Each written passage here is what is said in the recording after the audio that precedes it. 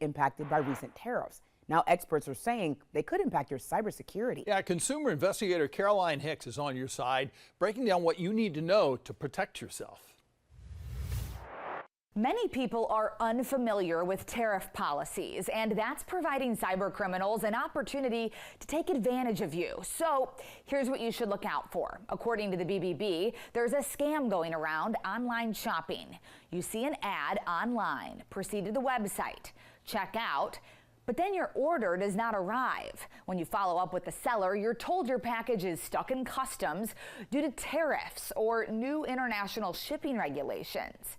In some cases, you're told you owe more money to release the package, or you're given a tracking number that shows delivery to a wrong location.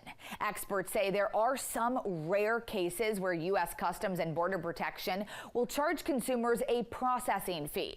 Here's how to know if it's legitimate. Look for the Form 7501. It's an official government document detailing an import. Here's what you should do to protect yourself. Research the company and inspect their website for misspellings, poor grammar, or URLs that look suspicious. Read the reviews thoroughly and search the company with the word scam or complaint to see what pops up. And avoid paying extra fees after checkout.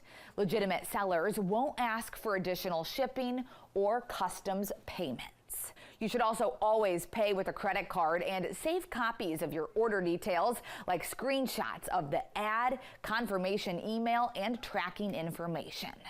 I'm Caroline Hicks with your Consumer Solutions, WBTV, on your side.